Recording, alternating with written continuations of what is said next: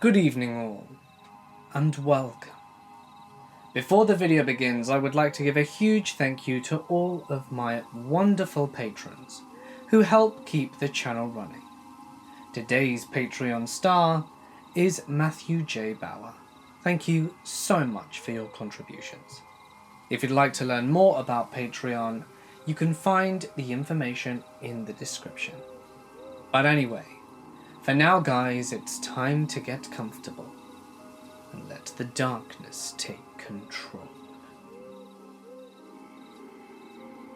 This story is probably over 40 years old now, from when my mum was a summer camp counsellor as a teenager.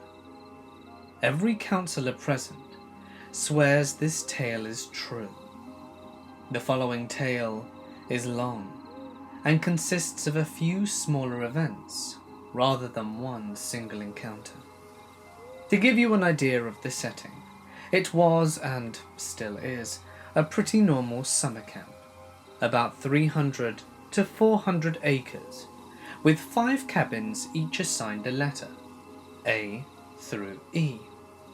Every Sunday, a new batch of campers would arrive around 3 to 4 in the afternoon, and on Saturdays, they'd leave by noon.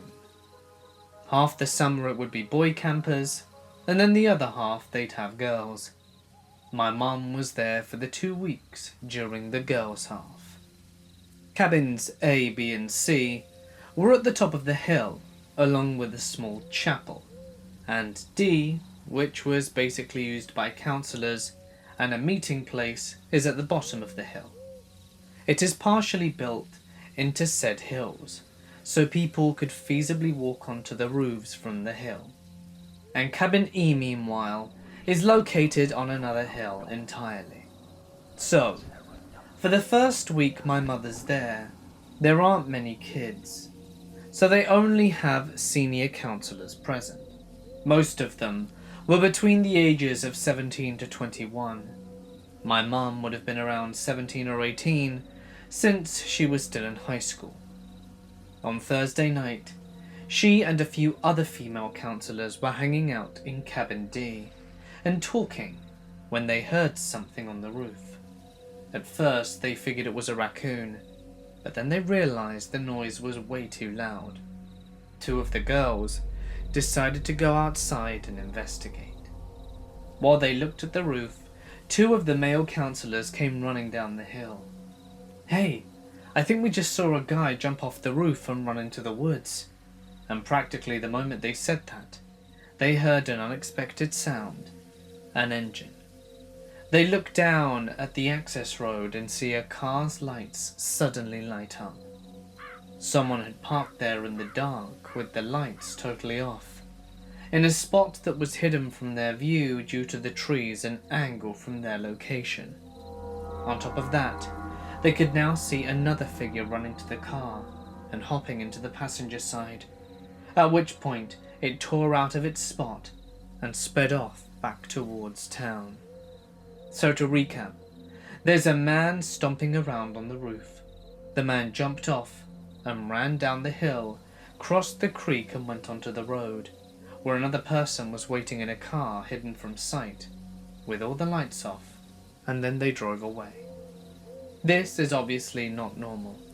You know how in horror movies, teens and young adults tend to joke about the obvious signs there's a monster lurking around the corner, waiting for its target. Turns out, that is actually pretty accurate. Instead of getting creeped out, like a rational person, my mum and the other counsellors found it more funny than anything, and started joking around about it. Some of them threw out the name Nerd on the Roof, and it became a running joke among them, and they shortened it to Nor. Now, my mum's memory is a bit spotty about the timeline of this next particular event, but it's most likely that it happened on the Friday, the very next night. Remember how I said Cabin E was a bit far away from the others? Well, there was a vast swath of trees that also surrounded it. This cabin is so far removed from the rest of camp, It actually had its own telephone connecting it to the main part. Now this was during the 70s, and cell phones did not exist yet. Since it was so remote, they usually assigned older campers to it. But during my mum's first week, they didn't have enough campers to need it though. So my mum and 2 other female counsellors were assigned to sleep there. So on Friday, the phone rings in the middle of the night and wakes them up. One of my mum's fellow counsellors answers groggily. "Hello? Uh-huh. Uh-huh. Okay." She then hangs up, grabs a broom, leans it against the door handle, and crawls back into bed to try and return to the sweet land of sleep. Mum and her other counsellors are confused and ask what's going on. They get this sleepy response. "Fred said he thought he saw someone in the woods and is heading down there with a gun." Instantly, my mum and the other girls are wide awake and go into panic mode as they recognize the potential setup for their starring scene in a real-life enactment of the plot of Friday the 13th. Meanwhile, the girl who answered the phone just tries to go back to sleep, apparently confident in the broom that will foil any attempts to break into the cabin. Fortunately for them, no one came busting down the fortified door, and soon enough, one of the male counsellors arrived with a shotgun. He stayed over for the rest of the night, since he, like my mum and counsellor number 2, had some doubts about how effective a broom is at keeping out intruders. As you can probably tell, my mum now finds this particular part of the story funny, due to her friend's lack of reaction and survival instincts. It helps that the night passed peacefully, with no more signs or scary events. However, the next morning they find the phone line had been cut. That is a little less funny, and made them a bit more wary. But this whole night would just be more of an afterthought after the next events. Cut to the next day.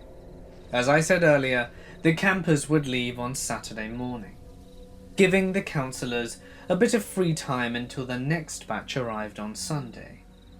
They'd go into town on Saturday afternoon to get laundry done and pick up essentials. Now, despite having 2 summer camps, this was a small town. Small enough that it only published a tabloid-sized newspaper once a week, on Saturdays. This week, one of the counsellors just happened to pick up a copy. It was mostly forgotten until later that night, when they were hanging out in the pavilion playing cards. In between turns, someone glanced at the police blotter and suddenly exclaimed, "Oh my God," and they began reading out loud. Remember that other camp I mentioned? At the end of the access road. It was smaller than theirs, and instead of cabins, it placed kids in tents along with a counsellor. At some point that week, there was an attempted kidnapping from there. When I say attempted kidnapping, I don't mean someone tried to pick up a kid who wandered away from camp or looked like they were alone. He opened an occupied tent in the middle of the night, picked up a random kid in full view of the other campers and counsellors, and just took off running, carrying this random child. This is, quite possibly, the most blatant attempt I've ever heard of to date. I actually had to pause the conversation with my mother at this point to check the kid's age, 8 or 9 for the record, because the idea of a man running into the woods whilst carrying a child is just so ludicrous. The counsellor in the tent naturally gave chase, because one does not just sit by when a random character opens your tent and scoops up your child. Eventually the man had to drop the boy in order to get away, at which point the counsellor stopped his pursuit to redirect his attention to the obviously traumatized child. The guy was never caught. Needless to say, all of my mother's fellow counsellors were freaked out by this, and also outraged that they hadn't been informed of this, since this camp was literally just up the road. The same road where they saw two mysterious strangers flee 2 nights prior. Suddenly, the nerd on the roof was not so funny. 2 weeks arrives, and my mum can't remember if the phone line to Cabin E got repaired in this time or not. But they had more campers this week, so a group of older girls were assigned to it as per custom. Mum and the other counsellors continued to stay there as well. At the end of the week on Friday nights, they would gather the kids there for what she calls an Indian pageant. Again, this was the 70s, it was a very different time. What an Indian pageant involves, I don't know, and it's irrelevant to this story. All that matters is that all the kids and most of the counsellors were gathered there that night, rounding off the week with one last hurrah before they left the next day. While this went on, someone came running to the pageant grounds. My mum can't remember who it was anymore, but they grabbed her and a couple of other counsellors and pulled them aside. Someone had broken into Cabin E. Cabin E. The cabin my mum and 2 other counsellors were occupying, along with a group of older girls. The isolated cabin, at the exact opposite end of camp. They took off running, and because of the distance it took 10 minutes to reach it. When they got inside, they found something out of a horror movie. Someone had gotten into the campers' belongings and torn it all up. She describes the kids' bras lining the rafters, sleeping bags and pillows all slashed up. The clothes were cut to pieces and strewn about.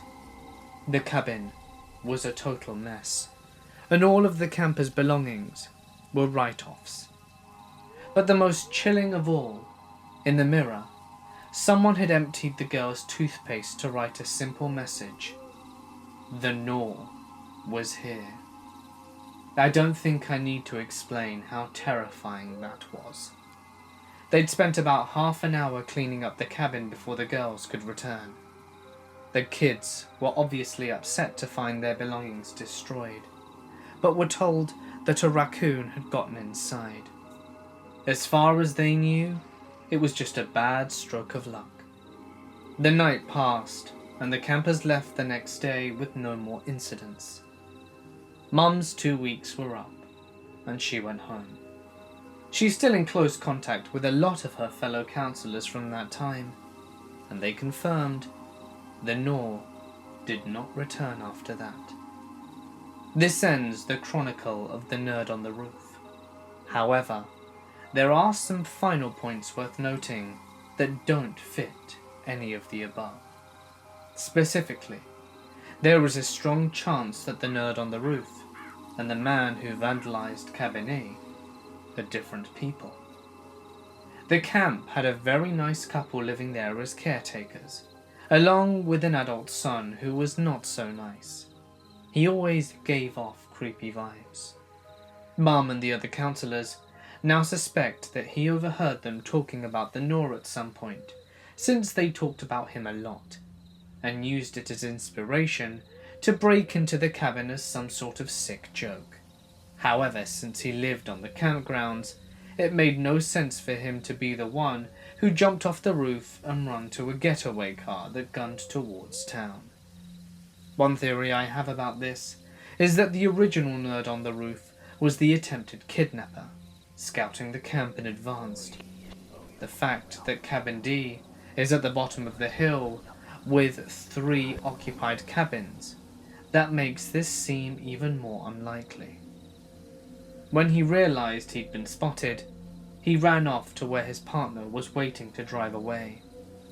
If true, it just adds an extra layer to how premeditated the attempted kidnapping was. But after having my mum retell the story and write this up, I realized something that was even more disturbing. As I mentioned earlier, my mother's memory of the exact timeline is a bit spotty. We placed the phone line incident on Friday because she remembers the counsellors were on edge after the Gnaw sighting, but they hadn't seen the headline about the attempted kidnapping. Since it's been over 40 years, She doesn't remember exactly which day the attempted kidnapping at the neighbouring camp occurred, only that it wasn't the same day as the Noor incident. In other words, there's a chance the kidnapping attempt happened on Friday night, and the other camp is in the same direction as Cabin A. I don't think I need to say any more. I used to deliver packages in the mail for a company in the south. A lot of the daily routes were in the hills and woods. Last year, I had a route that was super deep country. I was used to back roads in the country now at this point. There are houses I stopped at where the driveway was super steep, but for the most part, everyone was always super friendly out there. Country folk. Well, I had a delivery that was down this long gravel street. There was only a few houses on my journey to the house that my delivery was. Still, at this point I'm totally fine. There's a ton of these types of roads around here. Well, I arrive at my destination. There's no mailbox, no driveway, and no gravel. You could make out a little bit of path that had been made from cars driving to the house. But I'm serious when I say a little bit. The driveway, if you can even call it that, is maybe 250 yards long, with a house at the end of it. I'm only sketched out because I'm in the woods, and the land is super unpredictable back there, meaning you never know when there's just a drop-off. I'm in a huge box truck, so if one tire were to slip off the side, the whole thing is going down.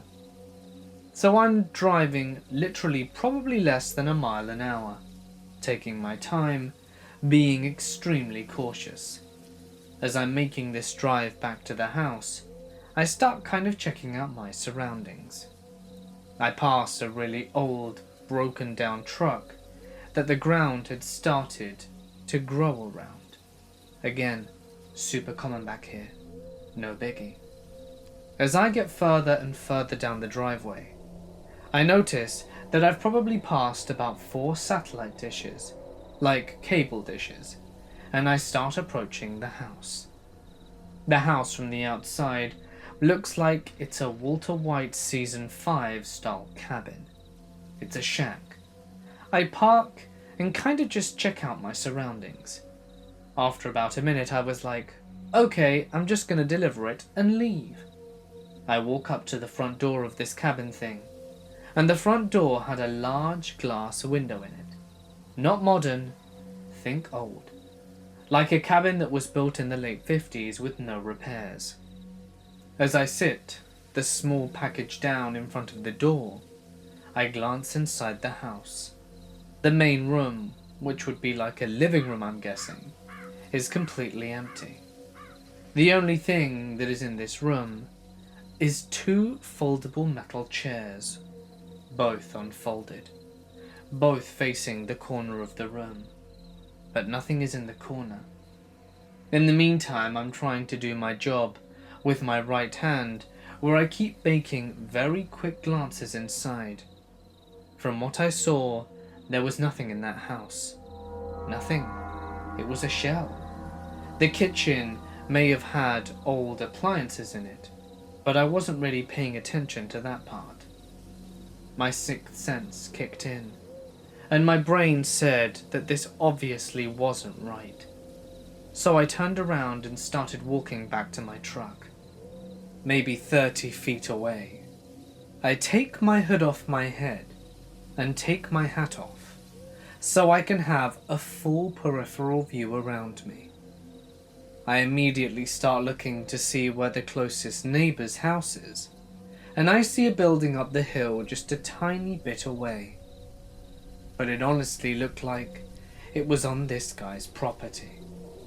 I'm sure this was my head playing major tricks on me, but as I'm walking back to my truck, I just feel a presence. I feel like it's just hanging onto my back, getting heavier and heavier with every single step closer to the van I take. I jumped in my van, locked the doors, and checked to make sure there was no one there. Shit. The driveway. I back out of this entire driveway while checking my surroundings everywhere. And as I'm driving down the road, maybe 40 feet away from this dude's entrance of the driveway, there's a trash bag in the middle of the street. It's opened just a little bit. I slow down, and it looks like there's a woman's sweater or something in there. Was that a kill room? Was someone or multiple people held hostage on that property? Something was up. I immediately contacted my buddy and told him about it. He suggested I go back and snag a few pictures. I agreed. About 5 minutes go by and I make it back to the address, and the trash bag is completely gone. I looked everywhere on the street and the side of the street, completely gone. But get this, I always thought about how I never know what I'm delivering or who I am delivering to. When I first landed this job, I remember thinking how crazy it would be if someone was holding people hostage in their house, torturing them, and ordered their food and house supplies online because they're afraid of leaving the house with their kidnapped people alone. That's all I could think about when dropping off this package. I left that job not even a week later for different reasons, but I did tell my boss, and he assured me he would contact the local police department and take that house off our normal route schedule. I never heard anything back about it. I am aware that if police went out there and found something or people, I would immediately be called in to tell them what I saw. So I'm going to assume that they went out to check it out and found nothing. But in the same sense, it makes me wonder about the trash bag immediately disappearing after I left. Did they realize that they messed up, and I was going to say something that they had prepared for? I don't know. I also have no clue what the address was or how to get there by memory to check it out for myself. But I think about that very often, and every single time I do, I get chills down my spine, just because of the thoughts of the unknown. When I was around 17, I had gotten home from work rather late, and went straight into my room to change, and found myself hungry. It was probably around 1 AM by this time, and I didn't want to cook anything and make too much noise, as I was afraid I'd wake the parents. So when I ventured to my kitchen, I started shuffling through the cupboards, looking for a quick fix of snack food to tide me over into the morning. Now, our kitchen was positioned so that the kitchen door led to our backyard. The door itself was an old wooden door, but my dad had added one of those metal security screen gate doors on the outside for good measure. It was one of the security gates where the holes on the doors were small enough so that some insects could not get through, and therefore we could leave the wooden door open in the summer to allow for a breeze to go through the house. In addition to the security door, my dad had also installed one of those auto security lights. You know the ones. They go on automatically wherever their motion sensor is triggered. Usually the light would only turn on when I would let out my dog to pee at night. However, on this night, he was already lounging in my room, waiting for me to come back with some snacks for him as well. Anyway, I'm getting ahead of myself. So I was busy creeping through the cupboards, and finally hit the jackpot with some Pop-Tarts. Knowing my dog, I didn't want the chance of him snagging a tart from my hand, so I ate it as I opened them up and started munching on them in the kitchen. As I'm eating the first Pop-Tart, I hear a whistling sound from outside as the wooden door was open. At first I thought it was the wind, but then I noticed that the whistling was a distinct tune, not random whistling. I didn't know the tune, but I could tell that it was from a song. It sounded like a happy and sad song all rolled into one. I know that doesn't make sense, but that's the best way I can describe it.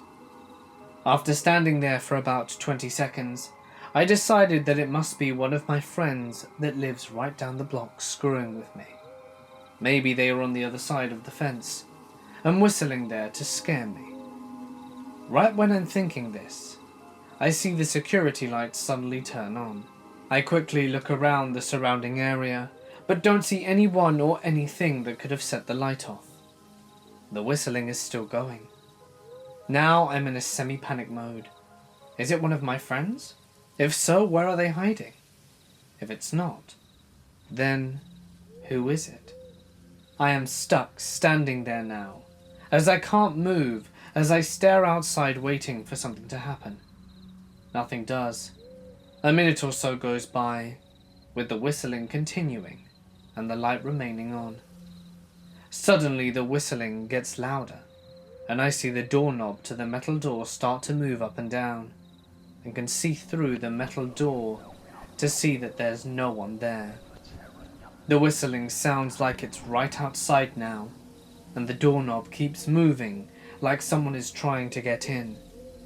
The security light is still on, so I have a clear view of the front of the door, and know for sure there's no one there. Screw the Pop-Tarts. I dropped the box and jetted back to my room, slammed and locked the door, and hid under my blankets with a baseball bat and my dog. I never went out to the kitchen at night after that. That is easily the second most scariest thing that has ever happened to me, but I can write that off as someone messing with me. However, the incident that happened in the cabin still creeps me out. The first reason being that if it was all in my head, I was in a really messed up place at the time. The second being, if it really did happen, then what the hell did I see? I think it's best I take it from the top. I'll be the first to say that all this stuff could have taken place in my head. The mind is a freaky thing, and can play some pretty trippy tricks on you. Whenever I was scared as a kid, my dad had always told me that in life, you should not be scared of ghosts. Fear the living, because they can actually hurt you. In my late teenage years, I came into some money after my father committed suicide, and I received an inheritance from him. At time of Dad's passing, he and Mum owned a cabin up in Oregon by Mount Bachelor. The cabin had been put up for sale since my mum could no longer afford the payments, and renting it was not covering the payments either. The cabin was set to go on the market for sale in less than a month, and was in the process of finalizing all the paperwork with the realtor and lawyer. So for that month's time, the cabin was not going to be rented out any longer, and was going to be vacant. I saw this as a chance to get away for a while, and clear my head in light of all the things going on. I quit work, packed up my snowboarding gear, grabbed my dog, and headed up in my dad's car that he had willed to me, and to the cabin I went.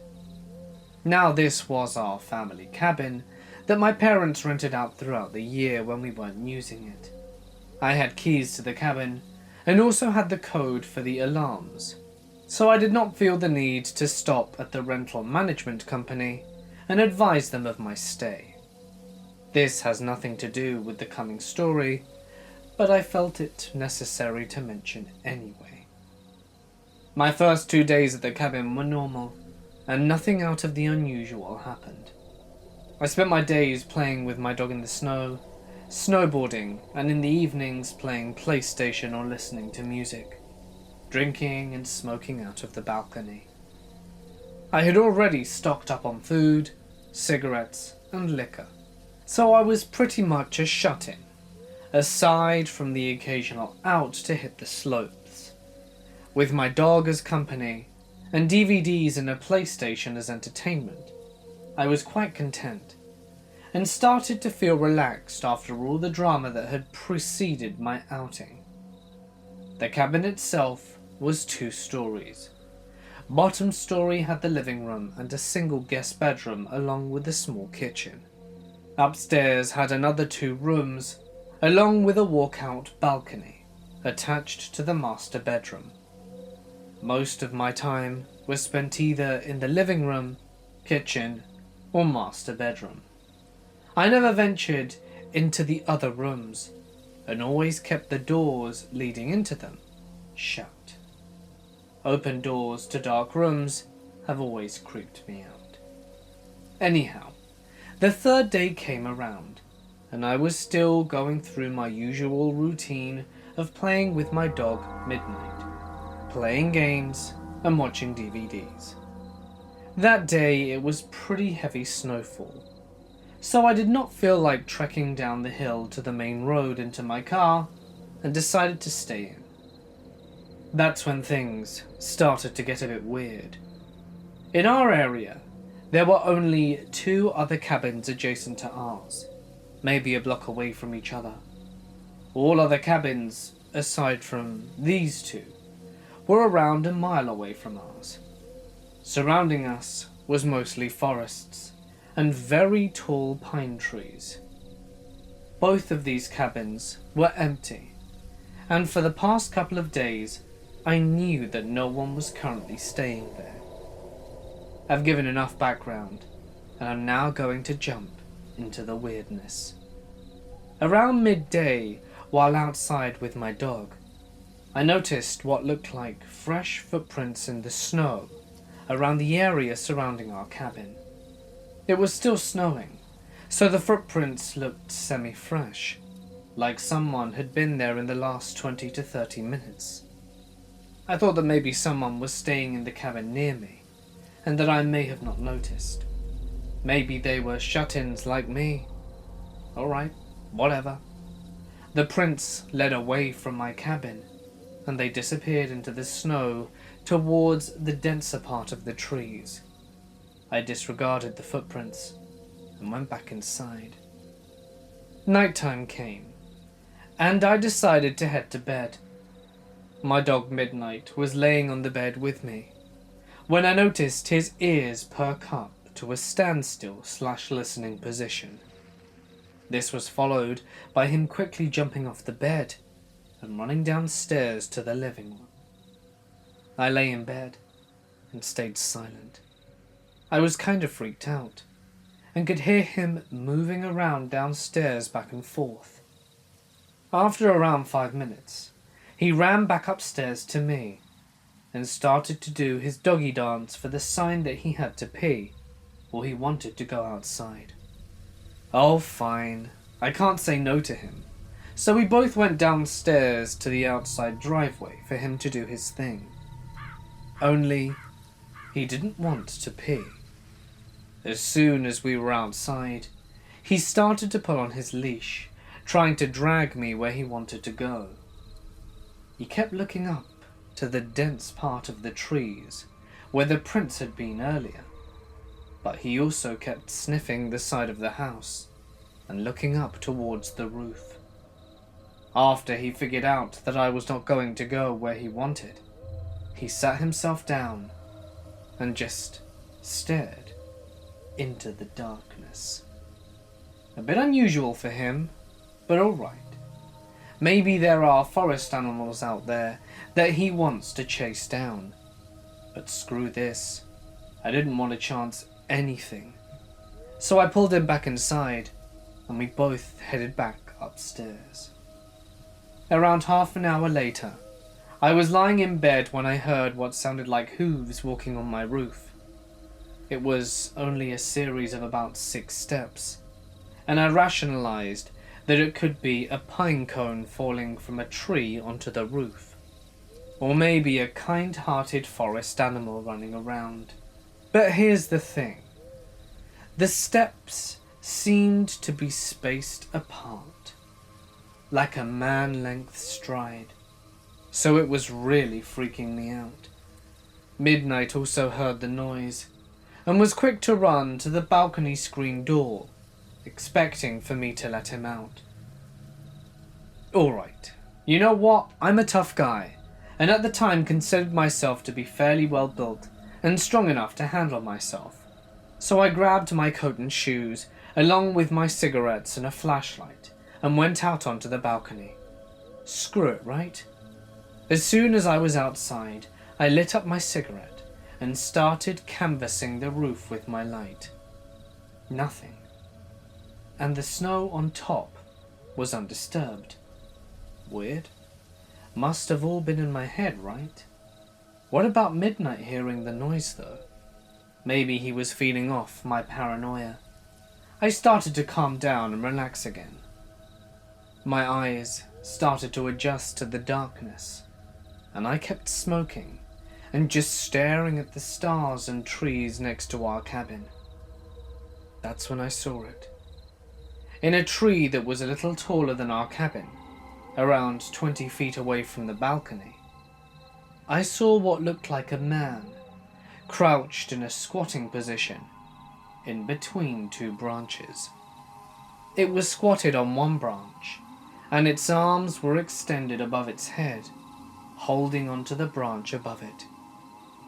What the hell was that? I wasn't sure if I was really seeing this thing, and stood, just staring, and sat there motionless. I noticed Midnight stand up, and start pacing behind me, and lightly barking at the same time. The thing still did not move. I put my cigarette out, and was debating on shining the light into this thing's direction, but something in my head kept screaming not to. So I walked backwards to the inside of the room. Once inside, I locked the door, and shined my flashlight into the thing's direction, but there was nothing there.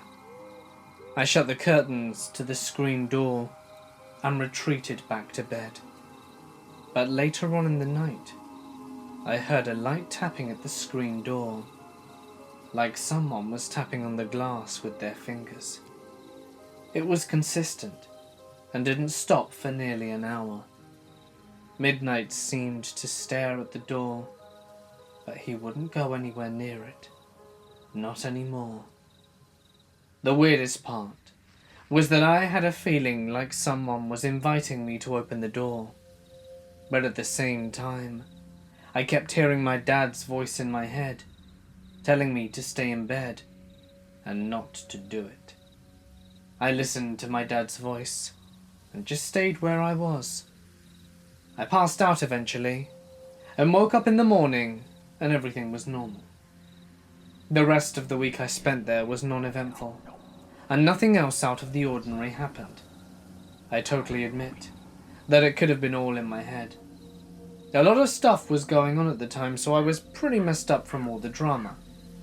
But it still bugs me even now, after a lot of time has passed. I'm married now and have 2 young kids, but I'm still partially afraid of the dark. Back when I was 16, me and my friends spent a lot of time together at a caravan site on the outskirts of my town. One of my friends, Jack, had a little cabin there that his parents owned. We spent most of our evenings at that cabin, drinking and hanging out. We'd have the occasional barbecue or party, but mostly it was just a chilled place to go and relax. One night, it was one of my friend's birthdays, so naturally we headed to the caravan site for a night of underage drinking. It was about 10 p.m. or so when we realized we'd run out of alcohol. So the oldest looking of us, Nathan and Tom, volunteered to pop to the nearest corner store to stock up on drinks. While they were gone, we just listened to music and played on the Xbox. Just less than an hour went by before we heard a loud bang on the window. I pulled back the curtains with a wide grin on my face, thinking it was Nathan and Tom back with the drinks and trying to scare us. It was so dark outside, I couldn't see them. I stuck my tongue out to the night and shut the curtains. They could come in the unlocked front door any time they wanted. Suddenly, a bang came on the window again, quickly followed by a series of loud and violent bangs on the side of the cabin. We heard a man's voice angrily shout, "Oi!" from outside. "Oi, you in there?" This wasn't Nathan and Tom. Jack got up to go outside and see what was going on. He just opened the door when a bald, stocky man in his 40s grabbed Jack by the scruff of the neck. We didn't know what to do. This man just shook Jack and yelled in his face. I couldn't hear what he was saying, but he was furious. Then the banging started again. There were more men circling the cabin and banging on the walls and windows. Me and my friends just stood at the edge of the room, as far away from the windows as we could, not doing or saying anything, whilst poor Jack was being beaten outside. In hindsight, we should have helped him, but hell, from the sounds of it there were 10 or so men outside, and we weren't about to face them. One of them was shouting that he was going to kill him, over and over. We couldn't call the police either. We just spent the whole time underage drinking and didn't want to get ourselves in trouble. I texted Nathan and Tom to let them know what was happening and to not come back to the cabin. But they had arrived as the men were hiding round the back. After what seemed like hours, but must have only been about 30 minutes, it suddenly went silent. We tentatively went to the door, but the men and Jack were gone. Worried about our friend, we all went looking for him and found him sat at the far end of the caravan park by the river, head in his hands. We asked if he was okay, but he told us to piss off. After that, we just went back to the cabin in silence and waited for him to come back. He didn't. Jack stopped showing up for school after that.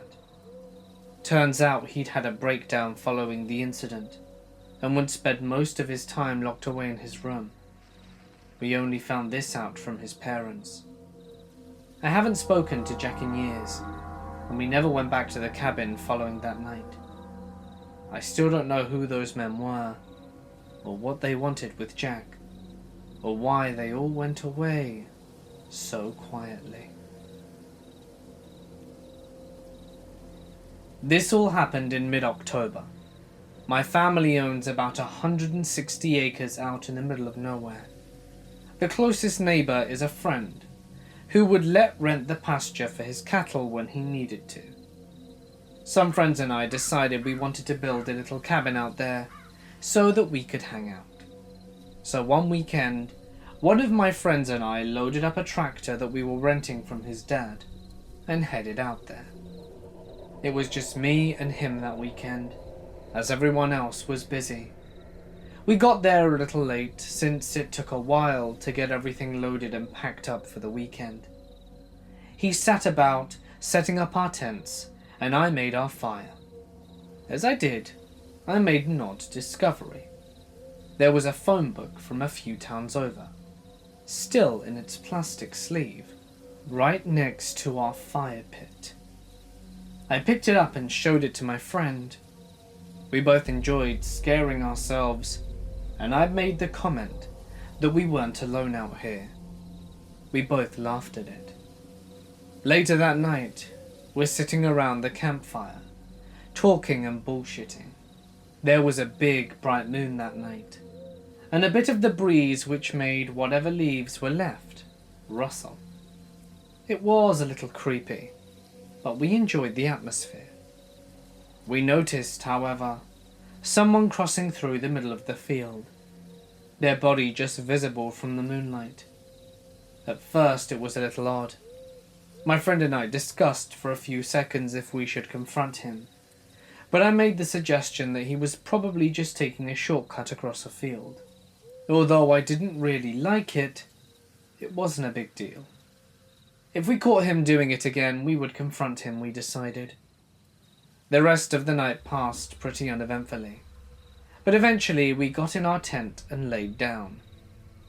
We were probably 20 or so feet from the fire pit, which was by that point burning quite low. We talked for a few minutes, and then we go silent, trying to fall asleep. As we're laying there, we hear something. It sounded like quiet footsteps walking around the fire pit. We both look at each other silent, and then we hear a piece of wood get thrown in the fire, and it flamed up quite a bit. I grabbed the shotgun that I always keep in the tent and quickly racked it. We heard someone run away, but by the time we got out, they were too far. The rest of the weekend was pretty quiet, and the events of the first night seemed kind of dreamy to us. We just cleared out the area for the cabin and cut and stacked the trees we cut for firewood. Next weekend we get out there. My uncle was out there with us as well, and went to check out his game cams. This is where it gets much more worrying for us. My uncle told us he was pissed, because someone had stolen the batteries and SD cards out of the cameras. We told him about what happened the weekend before, and then parted ways. When we got out there, we noticed quite a bit of our wood we had cut and stacked was already gone. And we were the last people to camp out there, which means someone had come out and had themselves a fire. We then went and checked on the tractor, which we had left down there. We found it had been broken into, and the chainsaw which we'd left in the cab had also been stolen.